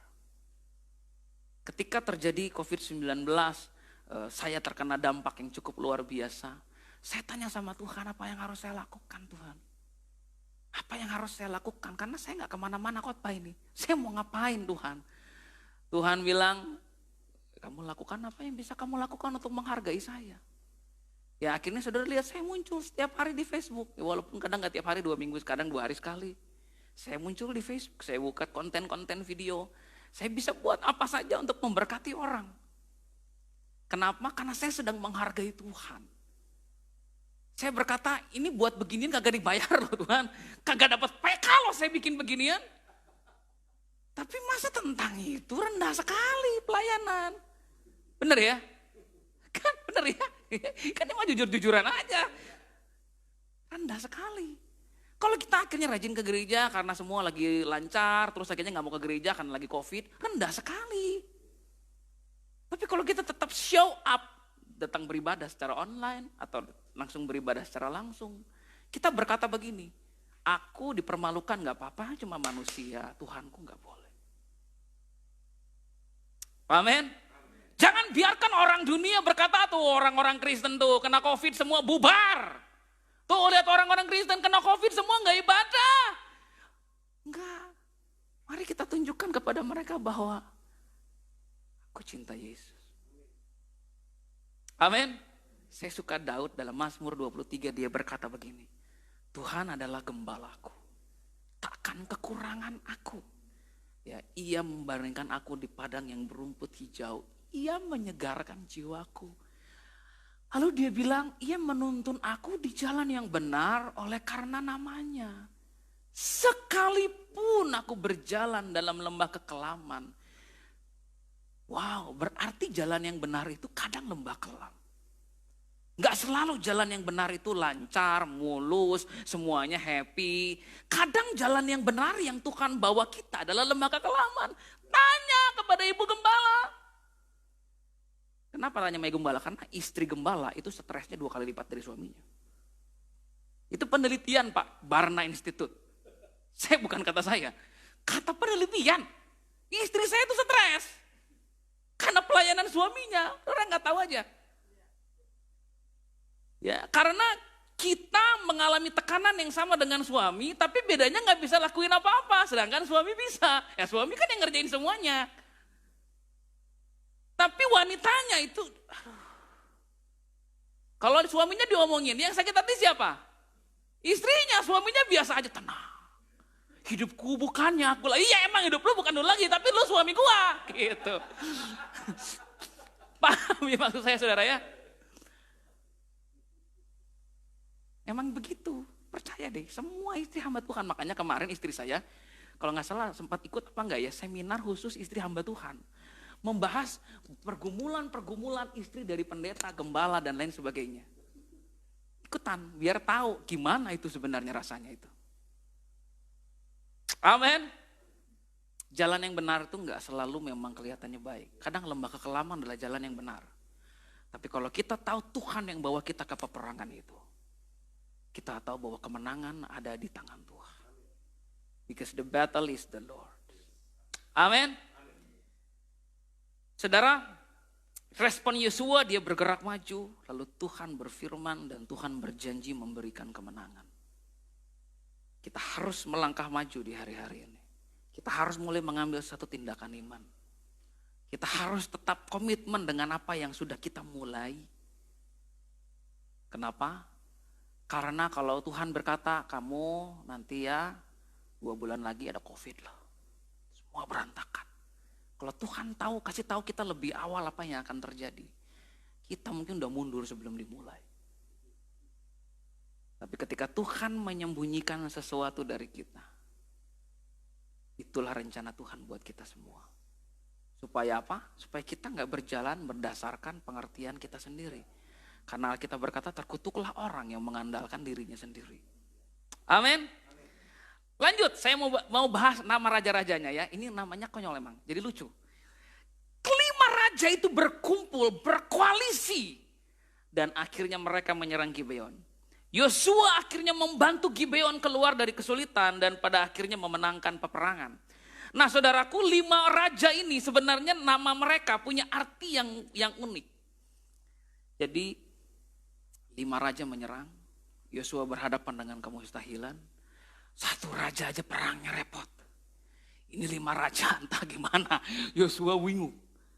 Tapi coba kita cari tahu nama raja-rajanya apa. Yang pertama Adoni-Zedek. Adoni-Zedek itu artinya Tuhanku adil. Nama rajanya gitu ya. Padahal ini raja mau nyerang. Tapi namanya Tuhanku adil. Yang kedua adalah Hoham. Hoham artinya celakalah mereka. Kalau dibalikin ya celakalah kamu. Ketiga Piream. Tahu saudara arti kata Piream apa? Salah satu raja. Artinya berbuah. Yafia. Saudara tahu arti namanya apa Raja Yafia ini? Semoga ia membuatmu bersinar. Terakhir Debir. Saudara tahu arti nama Debir, raja yang terakhir ini? Artinya sanctuary, tempat kediaman Tuhan. Jadi waktu Yosua berhadapan dengan musuh, Tuhan berkata begini, no, it's a blessing in disguise. Itu berkat yang menyamar. Coba kamu lihat nama-namanya. Tuhanlah keadilanku. Waduh, kok bagus ya. Lihat lagi namanya, celakalah mereka. Amin, celakalah mereka. Berbuah. Yes, berbuah. Semoga ia membuat bersinar. Amin. Terakhir, sanctuary. Ya, dan akhirnya Yosua bilang, ini prophetic sign. Kita taklukkan mereka. Saudaraku, Kalau hidup di dunia ini kita nggak punya saingan, nggak jadi apa-apa kita. Kalau saudara dagang terus nggak punya saingan, ya memang sebenarnya enak, tapi nggak bertumbuh saudara. Ya gitu-gitu aja bisnisnya. Nggak akan ada ide baru, kreativitas, nggak ada saingannya. Tapi ketika ada saingan, kita bilang, Tuhan, Engkau akan membuat aku selangkah lebih maju dari musuh-musuhku. Tuhan kasih strategi, ide. Kalau nggak ada musuh, kekristenan kita nanti jadinya lemah. Tapi kalau ada musuh, kita jadi pahlawan. Tapi kita kan tanpa sadar sudah didesain untuk menjadi orang-orang Kristen yang kalau bisa sih, saya sih dalam kehidupan Pak, kagak perlulah perang-perang gitu dalam roh gitu, nggak usah Pak. Saya sih kalau bisa lurus-lurus aja Pak, lancar-lancar aja Pak. Jadi kalau tiba-tiba ada saingan muncul dalam nama Yesus, tinggalkan tempat ini. Gitu. Padahal mungkin Tuhan yang bawa saudara ke dalam peperangan itu. Untuk akhirnya membuat kita mengerti apa artinya menang. Alkitab berkata kita lebih dari pemenang. Jadi kita harus mengerti artinya menang. Cara mengerti artinya menang adalah dalam peperangan. Dan menang karena anugerah itu mengertinya lebih rumit sebenarnya. Karena kita diminta untuk tidak melakukan apa-apa kecuali bergantung kepada perjanjian kita dengan Tuhan. Dan menang. Amin. Saya mau kasih saudara satu kesaksian bahwa di masa COVID-19 ini dengan sedikitnya pelayanan, saya diberkati jauh melampaui bayangan saya. Karena otak saya jalan sebagai laki-laki, sebagai kepala rumah tangga dan kepala imam. Gimana nih? Mau gimana nih? Ini mau gimana nih? Setiap bulan gimana nih? Bulanan nanti gimana? Uang sekolah anak bukannya turun malah naik lagi. Bukannya lagi COVID. Saya sempat sama istri saya sampai debat. Nggak bisa begitu, mau apa Hani saya bilang. Ini kan COVID, anak belajar cuma 2 jam, harusnya uang sekolahnya dipotong 75%. Kok ini naik? Gitu, oh berantem. Karena otak kepala dia akan mikir, nggak adil gitu. Tapi pada akhirnya adalah diberkati melampaui apa yang saya bayangkan dan akhirnya udah bayar uang sekolah bayar aja. Karena ternyata uang sekolah anak saya padahal baru K2. Itu buat kepala papanya putih satu-satu rambutnya. Itu uang sekolah K2. K itu tuh TKB. Luar biasa sekali dunia ini ya. Tapi saudara, kenapa akhirnya kita tetap diberkati di masa-masa seperti ini? Karena kita menghargai Tuhan. Kita menghormati Dia. Kalau saudara tanya sama saya, Pak, masa sih cuma dengan menghargai Tuhan kita akan diberkati? Iya. Ketika kita menghargai darah yang tercurah di kayu salib. Ketika kita menghargai perkataannya ketika dia berkata, tetelestai, sudah selesai. Kita diberkati hanya dengan itu. Amin. Amin. Jadi saudaraku, ayo kita tetap punya passion, gairah sama Tuhan. Di masa-masa seperti ini mengandalkan Tuhan. Kalau saudara berpikir, Pak saya nggak minimal satu hal yang saudara pikirkan. Aku akan menghormati Tuhan dalam segala hal. Amin. Jadi ketika Yosua melihat nama-nama mereka, Yosua pikir, ini kayaknya yang datang bukan musuh. Yang datang berkat ini. Karena nama-nama mereka menggambarkan betapa dahsyatnya Tuhan. Saudara, coba pikirkan sebentar musuh yang sedang saudara hadapi sekarang. Pikirkan pergumulan yang sedang saudara hadapi sekarang. Coba lihat sekali lagi musuh itu. Mungkin itu bukan musuh. Itu berkat buat saudara. Pak, saya dipecat, berkatnya di mana? Coba lihat sekali lagi musuh itu. Saudara bisa lihat ada jalan yang Tuhan bukakan buat saudara. Bapak nggak ngerti Pak, sekarang ini masanya lagi begini Pak. Klien saya dicuri orang, customer saya diambil orang. Lihat musuhmu sekali lagi. Mungkin itu berkat. Blessing in disguise. Amin. Amin. Ya di masa ini kita jadi prajurit, jadi pahlawan. Jadi pejuang, saudara. Ini masa-masa yang luar biasa ini. Makanya baju saya Superman. Tinggal saya begini terbang saya. Ya. Amin. Aduh, Pak Gembala aja kalah sama saya. Saya ini manusia super enggak? Saya bercanda ya. Kita akan mengakhiri khotbah ini, saya ingin membawa saudara untuk melihat arti dari Gilgal. Pertama, Gilgal adalah tempat di mana Tuhan ingin kita mengingat mujizat yang pernah Dia perbuat di masa yang lalu. Di Gilgal adalah momen di mana bangsa Israel keluar dari sungai Yordan. Saudara, gimana caranya kita bisa menang dalam peperangan ini? Ingat kasih-Nya, ingat kebaikan-Nya, dan anugerah-Nya, selamatkanku. Amin. Gimana caranya kita bisa menang di masa-masa seperti ini? Kalau lihat ke depan kayaknya buram, Pak. Kayaknya saya belum tahu apa yang harus saya lakukan ke depan, bagaimana di depan. Ya coba lihat ke belakang, apa yang pernah terjadi di masa yang lalu. God is good. Amin. Yang kedua, Gilgal adalah tempat penyunatan. Di Gilgal di mana semua hal yang selama ini kita banggakan itu dikerat. Dagingnya dibuang. Di masa seperti ini, semua gembala, termasuk gembala saya, dia pernah berkata begini. Sekarang, karena gereja saya kan jemaatnya cukup banyak. Tahu gembala saya bilang apa? Kami sedang diajari Tuhan untuk tidak lagi bangga dengan jumlah jemaat. Karena di masa COVID seperti ini, entah jemaat ada di mana. Kerat kedagingannya. Saudara, zaman sekarang, gereja dengan alat musik yang paling komplit sekalipun gak laku. Gak laku.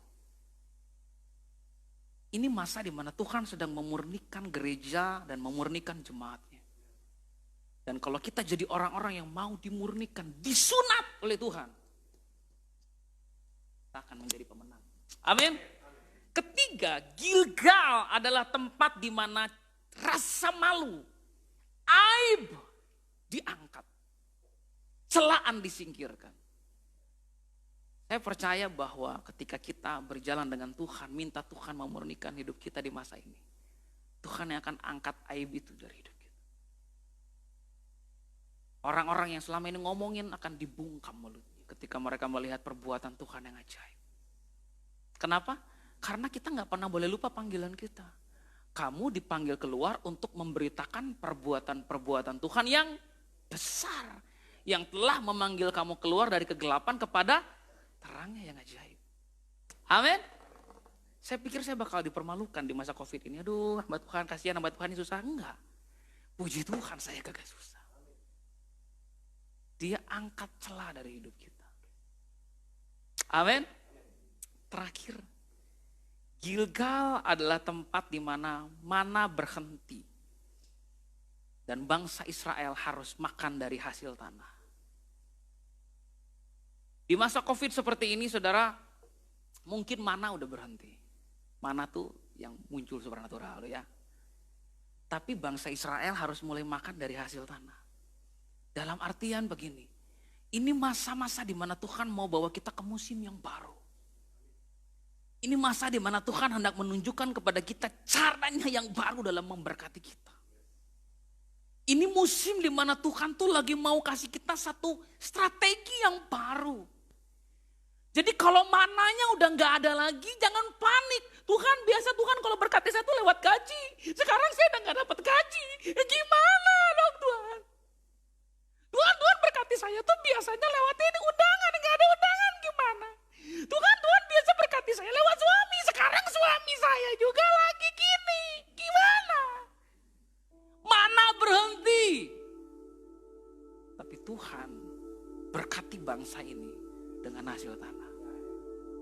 Artinya adalah there is a new way of blessing. New way of ministry. Yang Tuhan mau berikan sama kita. Amin. Kita ini pejuang. Kita ini pahlawan. Kita ini tentara Tuhan. Mari kita hargai Tuhan sebagaimana seharusnya kita menghargai Dia. Amin. Mari kita bangkit berdiri, kita berdoa.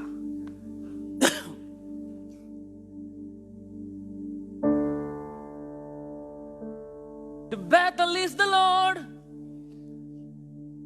and I believe.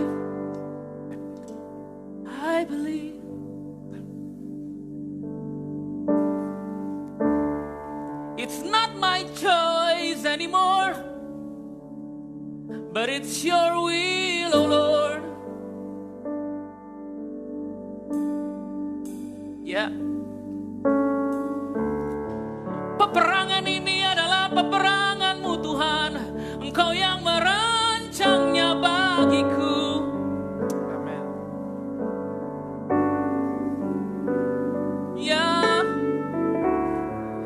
Bukan pilihanku, ini kehendak-Mu yang ku taati Tuhan.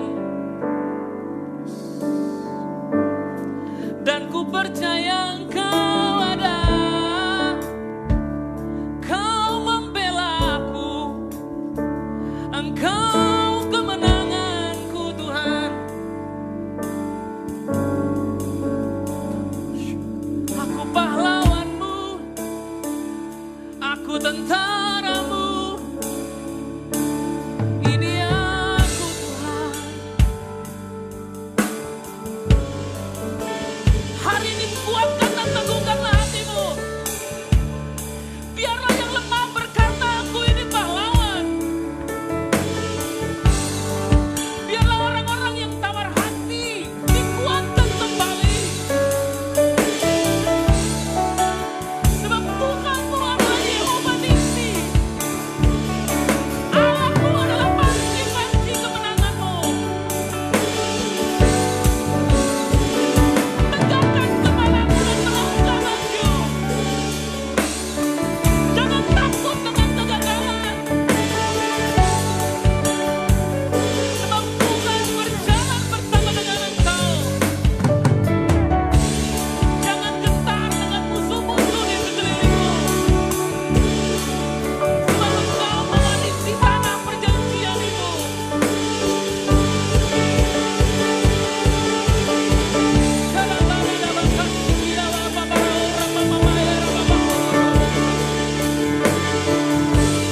Berkati para pahlawanmu ya Tuhan. Berkati sinari mereka dengan wajah-Mu ya Tuhan. Biar kasih karunia Tuhan turun atas mereka.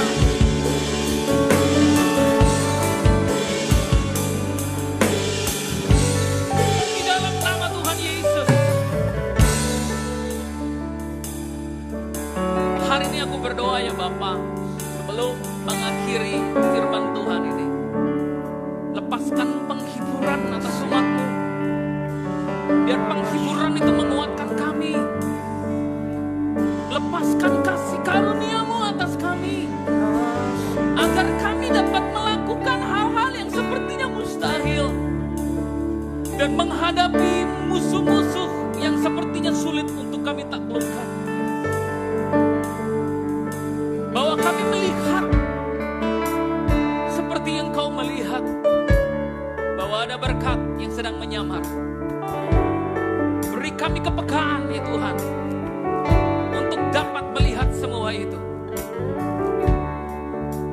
Pada hari ini ya Bapa, sembuhkan yang sakit, bebaskan yang terbelenggu, pulihkan setiap hati yang terluka.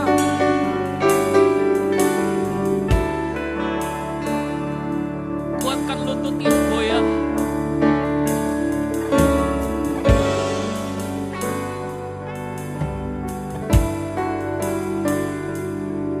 Terima kasih. Thank you Lord. Kami berdoa hari ini Tuhan, untuk Bapak Gembala dan Ibu Gembala yang di tempat ini. Yes, the battle is the Lord's. It's always about Him. Dan kiranya setiap pesan demi pesan yang mereka sampaikan adalah bukti penghargaan dan penghormatan mereka kepadamu Tuhan. Di mana di masa-masa sukar dan di masa-masa sulit, pesan tentang kasih karunia itu tidak pernah absen dari hidup dan dari perkataan mereka. Mereka tetap memberitakan anugerah di tengah masa sulit, tetap memberitakan anugerah di tengah masa sukar, tetap memberitakan anugerah di tengah cemoohan orang-orang. Biarlah Engkau sendiri menjadi Allah yang adil bagi mereka. Tuhan, Engkau yang sudah membawa para pemimpin kami masuk ke dalam peperangan ini. Dan kami percaya, tidak satupun dari antara mereka Engkau lupakan. Tapi bagi setiap mereka Engkau akan berkata, Kaulah para pahlawanku. Terima kasih untuk hari ini Tuhan. Pujian, hormat, dan kemuliaan kami berikan bagi-Mu. Hanya di dalam satu nama Tuhan Yesus Kristus kami berdoa dan kami bersyukur. Sama-sama katakan amin. Amin. Haleluya. Tuhan Yesus memberkati.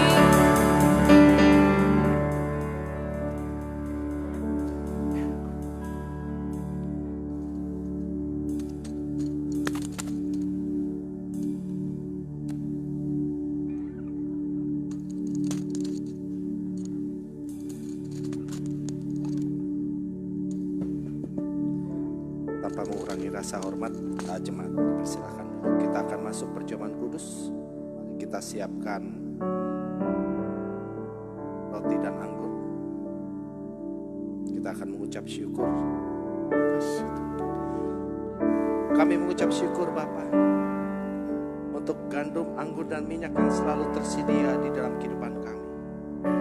Kami tahu ini bukan karena apa yang kami lakukan, tetapi ini karena kasih-Mu yang begitu luar biasa. Engkau selalu menyediakan gandum, anggur, dan minyak dalam kehidupan kami. Dan kami percaya Tuhan, itu adalah gambaran dari tubuh dan darah Tuhan Yesus Kristus. Dan saat ini Tuhan, kami akan masuk perjamuan kudus karena kami percaya ada kuasa di dalam perjamuan kudus. Ada kuasa di dalam tubuh dan darah Tuhan Yesus Kristus. Kami angkat roti dan anggur ini Tuhan. Kami menghormati Engkau, kami menghargai karya-Mu di atas kayu salib. Kami percaya firman-Mu berkata, barang siapa memakan tubuh dan darah-Ku, dia tidak akan binasa melainkan beroleh hidup yang kekal. Barang siapa percaya kepadamu, percaya kepada Yesus sebagai Tuhan dan Juru Selamat, dia akan beroleh hidup dan hidup dengan segala kelimpahannya. Kami mengucap syukur Bapa untuk kasih-Mu yang begitu luar biasa melalui anak-Mu Yesus Kristus yang rela menyerahkan nyawanya untuk menggantikan kami. Engkau tidak pernah memandang keberadaan kami. Engkau tidak pernah mengingat masa lalu kami. Tetapi kasih-Mu selalu tercurah bagi kami. Mari saudara angkat tinggi-tinggi roti yang ada di tangan. Saudara yang terkasih dalam nama Yesus Kristus,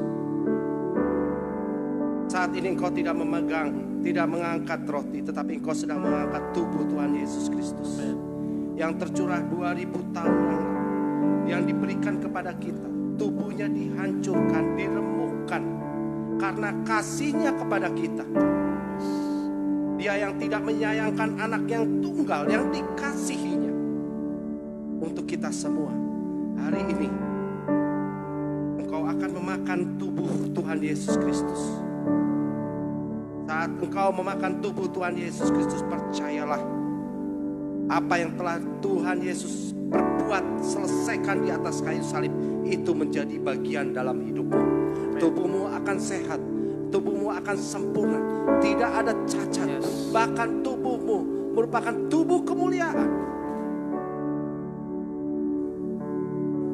Yesus mengangkat roti itu tinggi-tinggi di hadapan para muridnya pada malam sebelum dia ditangkap.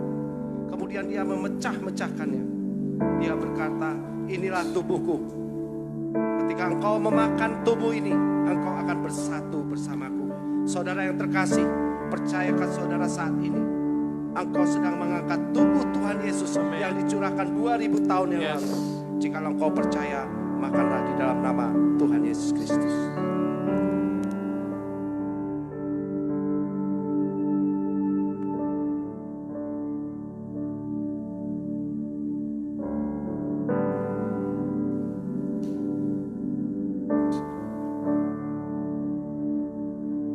Mari kita angkat tinggi-tinggi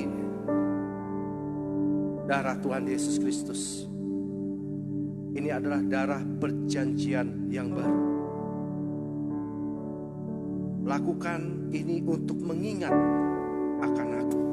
Saat ini apa yang kita lakukan adalah sedang mengingatkan Allah akan apa yang dia lakukan di atas kayu salib melalui anaknya. Dia curahkan darahnya untuk menebus kita, melepas kita dari setiap kutuk, membebaskan kita, memerdekakan kita, bahkan memudahkan kita untuk setiap apa yang kita kerjakan.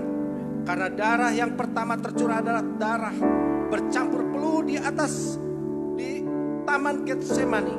Darah pertama kali yang tercurah itu membebaskan kita dari setiap kutuk tanah. Dimanapun engkau berusaha, dimanapun engkau bekerja, apapun yang engkau lakukan, karena kutuk itu tidak lagi berkuasa atas kita. Apapun yang kita kerjakan, Tuhan buat berhasil. Apapun yang kau tanam akan tumbuh berbuah lebat. Darah yang kedua adalah ketika di hadapan Mahkamah Agung, tubuhnya dihancurkan, dicampuk, darah itu keluar menetes. Dan oleh itu kita bisa berkata, oleh bilur-bilurnya kita telah sembuh. Ketika engkau meminum darah Tuhan Yesus Kristus, tidak ada lagi penyakit dalam tubuh. Kesempurnaan darahmu bersih total. Tidak ada lagi sakit penyakit. Bahkan virus bakteri sekalipun tidak akan mampu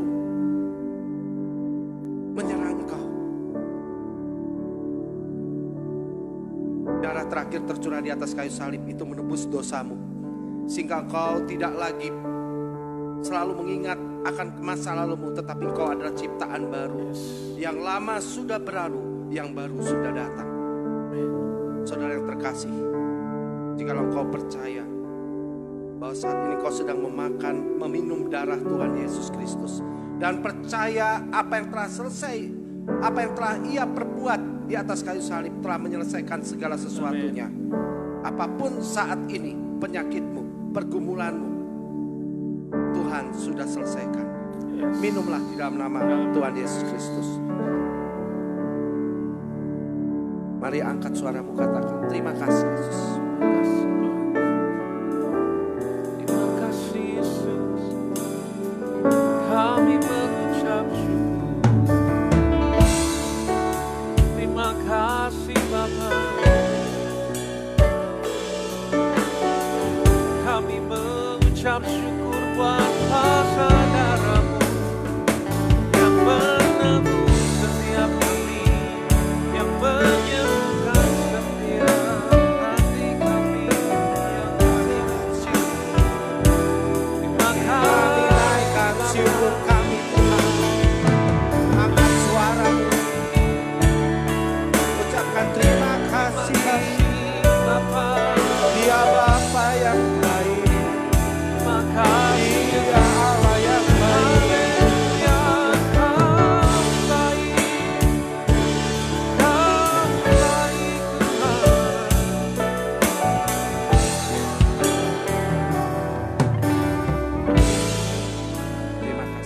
Terima kasih Tuhan Yesus untuk tubuh dan darah-Mu Tuhan.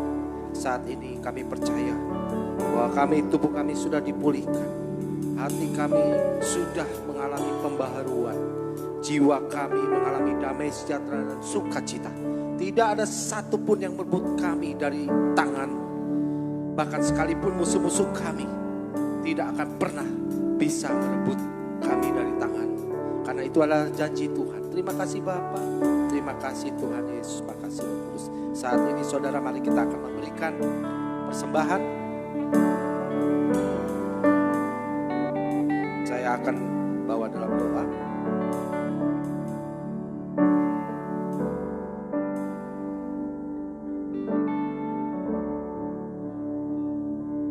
Kami mengucap syukur Bapa untuk kebaikan demi kebaikan, berkat demi berkat yang terus kami alami dalam kehidupan kami. Kami tahu karena kami tidak bisa lepas dari kasih-Mu Tuhan.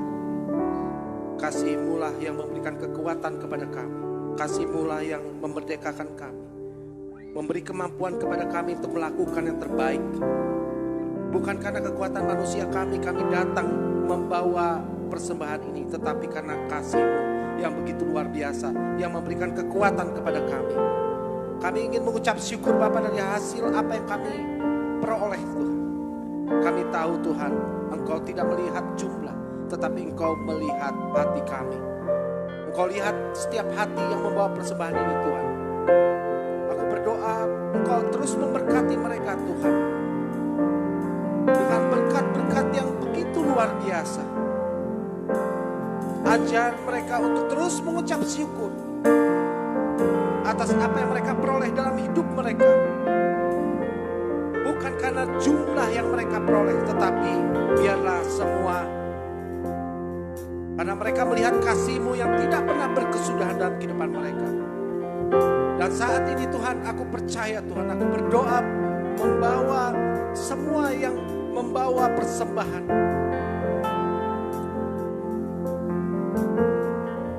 seperti Ishak menabur di tempat itu. Dan pada tahun yang sama, ia menuai 100 kali lipat. Dan ia menjadi kaya. Bahkan kian kaya, bahkan sangat amat kaya. Semua untuk kemuliaan Tuhan. Mari semua yang siap menabur di tempat ini, sama-sama kita katakan amin.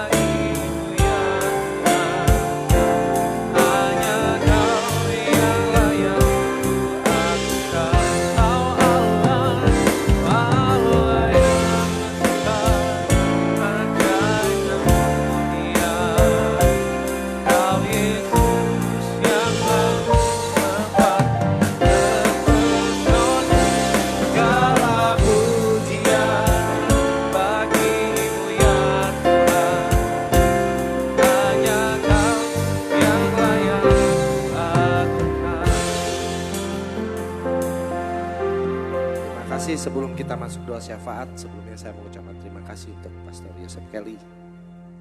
Welcome again. Sebetulnya sebelum COVID ini kita sudah punya jadwal ya. Di April kita ada jadwal, kemudian Mei kita ada jadwal ya. Hampir sebulan sekali. Ternyata karena COVID ini dan ada beberapa masalah, akhirnya kita tutup semua dulu pelayanan kita. Kita pindah ke Pasir Cabe, ke tempat Bu Siwi. Dan sekarang kita kembali ke sini bukan karena kita nekat, tidak. Ya kata nekat memang ada kata nekat, tetapi kita tidak nekat. Kita pasti punya hikmat dari Tuhan dan Tuhan pasti menuntun kita.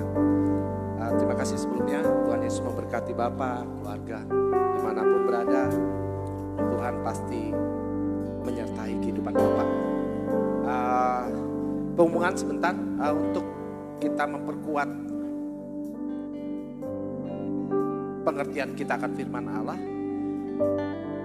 Minggu kedua September kita akan buka semacam mungkin persekutuan doa atau kebaktian tengah minggu di Kerawang. Kita akan memulai di Kerawang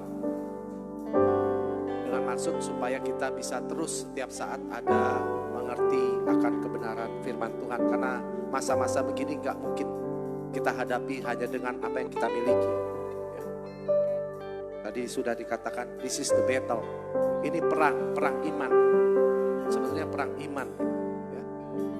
Yosua tidak mungkin berperang melawan 5 raja kalau dia tidak punya iman kepada Allah. Pasti punya iman. Nah, untuk memperkuat itu kita akan buka persekutuan doa kebaktian tengah minggu lah. Ya, lebih mirip-mirip seperti itu, cuman dibuat rileks supaya kita paham benar, bisa tanya jawab dan lain sebagainya. Dan yang memimpin pun anak-anak muda ini, beri tepuk tangan dulu dong bagi anak-anak muda. Ya, yang bisa hadir silakan. Kita juga akan siapkan perjamuan kasih supaya gimana pun juga mendengar firman Tuhan kalau perutnya keroncongan ya. Dan saya sekarang yakin sudah pada keroncongan perutnya. Baik, kita akan masuk doa syafaat. Saya undang bangkit berdiri. Kita akan pujian.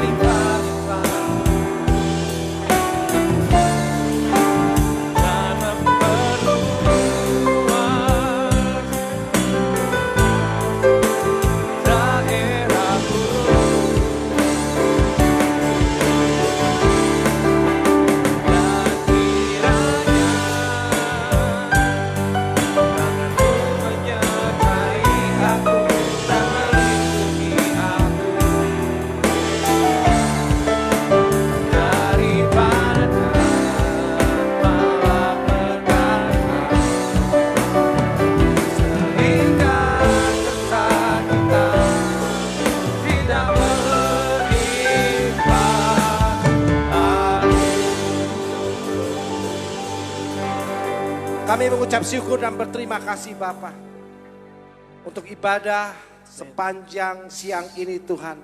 Kami rasakan lawatan-Mu, kami rasakan hadirat-Mu yang luar biasa. Dan kami percaya bahwa kami sudah dibebaskan, sudah dimerdekakan, sudah dilepaskan. Oleh karena pemberitaan firman Tuhan yang begitu luar biasa melalui hamba-Mu Pastor Yosef Kelly. Kami berdoa Tuhan untuk Pastor Yosef Kelly Tuhan. Kami percaya pewahyuan demi pewahyuan, hal-hal baru Engkau singkapkan, urapan-urapan baru Engkau singkapkan. Sehingga anak-Mu ini boleh menjadi berkat dimanapun anak-Mu ini melayani. Dan kami berdoa Bapa, tidak ada lagi yang membatasi pelayanan. Tidak ada lagi yang membatasi pelayanan baik melalui denominasi-denominasi. Tetapi biarlah semuanya menjadi bersatu, mendengarkan apa yang disampaikan oleh anak-Mu ini ya Bapa. Berkati keluarga besarnya, anak istrinya Tuhan. Kami percaya Tuhan pelihara kehidupannya. Kami tidak pernah meragukan kasih-Mu bagi anak-Mu ini ya Bapa. Terima kasih Bapa, firman yang kami dengar juga. Kami percaya ini sudah jatuh di tanah yang subur Tuhan. Tidak ada satupun yang bisa menghalangi, sekalipun kekhawatiran kami, sekalipun ketakutan kami, sekalipun kegelisahan kami, sekalipun masalah kami, tidak akan pernah menghalangi firman ini tumbuh, berakar kuat dan berbuah di dalam kehidupan kami. Kami percaya firman-Mu tidak akan pernah kembali kepada Engkau dengan sia-sia, tetapi akan melakukan seperti apa yang Kau kehendaki dan membuatnya menjadi berhasil. Terima kasih Bapa. Terima kasih. Kami percaya Tuhan, saat ini, detik ini pun kami sudah menjadi seorang pemenang. Kami jalani hidup kami hari lepas hari sebagai seorang pemenang. Kami ada di dalam waktu kemenangan itu. Kami ada terus hidup dilingkupi dengan semua kemenangan yang Kau janjikan Tuhan. Terima kasih Bapa. Terima kasih. Kami berdoa juga untuk bangsa Indonesia Tuhan. Dari pemimpin paling tinggi sampai yang paling rendah. Dari Bapak Jokowi sampai yang paling rendah. Menteri-menteri dan semua jajaran-jajaran pemerintahan, MPR, DPR, kami melepaskan berkat bagi mereka Bapak. Biarlah melalui hikmat-Mu saja yang menuntun mereka untuk mengambil setiap keputusan-keputusan yang penting. Untuk mengambil strategi-strategi yang penting di dalam menghadapi, di dalam merecovery apa yang sudah terhilang. Dan kami percaya Bapak, Engkau akan kembalikan apa yang terhilang dari bangsa ini Bapak. Ekonomi akan dipulihkan, kesehatan akan dipulihkan, segala aspek akan bergerak pulih. Pakai setiap anak-anak Tuhan yang duduk di dalam pemerintah untuk menyampaikan ide-ide, pendapat-pendapat, sehingga apa yang diambil, keputusan yang diambil adalah sesuai dengan kehendak-Mu, sesuai dengan rencana-Mu saja Bapak. Terima kasih Bapak, kami percaya Indonesia tidak akan mengalami resesi ekonomi. Kami percaya Indonesia tidak akan mengalami kerusuhan. Kami percaya Indonesia tetap bersatu. Kasih Tuhan melimpah atas bangsa ini Bapak. Kami juga berdoa Tuhan bagi mereka, tim dokter, perawat yang menangani COVID. Kami percaya perlindungan-Mu nyata Tuhan. Kami berdoa di dalam nama Tuhan Yesus Kristus. Tidak ada satupun celah yang membuat virus itu masuk ke dalam tubuh mereka. Semua peralatan medis, pakaian, semuanya steril di dalam nama Tuhan Yesus Kristus.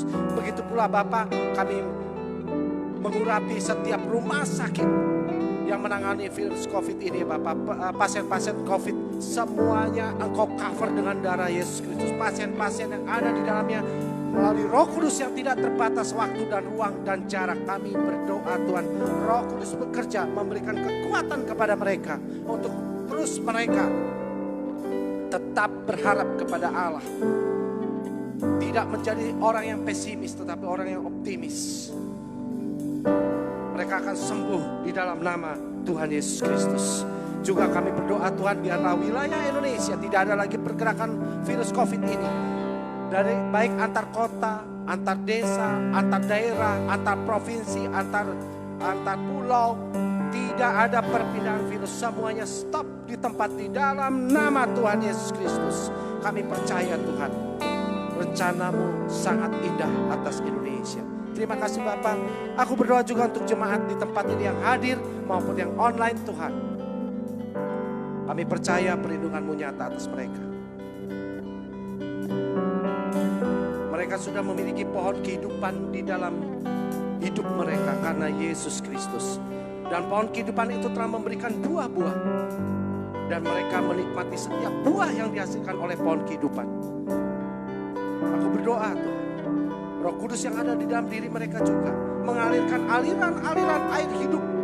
Sehingga tubuh jiwa mereka merasakan aliran-aliran air hidup.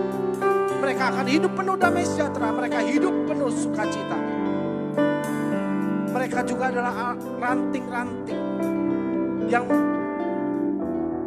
terokulasi, yang menempel pada pokok anggur, yaitu Yesus sendiri. Mereka menerima suplai langsung dari pokok anggur itu. Mereka tidak akan berkekeringan. Mereka tidak akan pernah mengalami terik musim kemarau. Daun mereka selalu hijau, yang selalu berbuah pada musimnya. Aku percaya Bapak, Engkau pelihara kehidupan jemaat di tempat ini maupun yang datang hadir saat ini maupun yang online. Pakai mereka sebagai prajurit-prajurit Allah. Tidak lagi gentar. Mazmur 34 ayat 4 mengatakan, ketika engkau telah mencari Tuhan, dan Tuhan menjawab engkau, dan Tuhan menghilangkan kegentaran engkau. Saudara,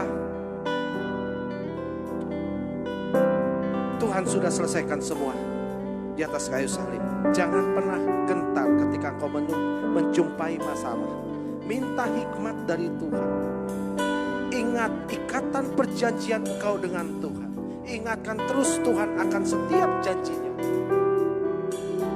Terima kasih Bapa, terima kasih Tuhan Yesus, terima kasih Roh Kudus. Mari saudara angkat kedua tanganmu tinggi-tinggi di hadapan Tuhan. Mazmur 28 ayat 1 sampai 14 adalah milikmu. Engkau sudah ditebus dan Yesus adalah kegenapan dari seluruh hukum Taurat. Dan saat ini dengarkan baik-baik, Allah memerintahkan berkat ke atasmu. Diberkati engkau di ladang maupun di kota. Diberkati engkau saat keluar maupun saat masuk. Diberkati buah kandunganmu, hasil bumimu, hasil ternakmu. Bahkan Tuhan membuka setiap perbendaharaan. Tuhan memberitakan berkat atas lumbungmu, atas usahamu.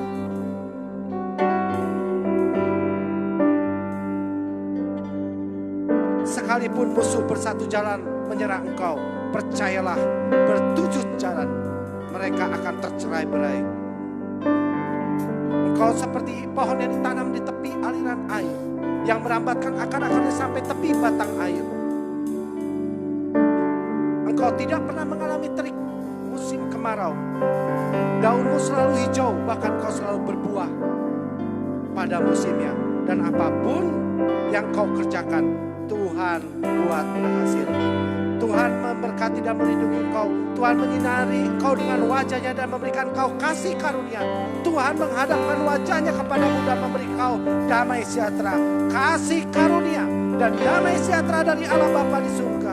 Dan kuasa dari Yesus Kristus serta persekutuan yang manis dengan Roh Kudus menyertai kita dari saat ini sampai Tuhan Yesus datang kedua kali menjemput kita di angkasa di awan-awan yang bermain. Yang percaya dan telah menerima berkat Tuhan, sama-sama kita katakan, selamat hari Minggu, Tuhan Yesus berkati.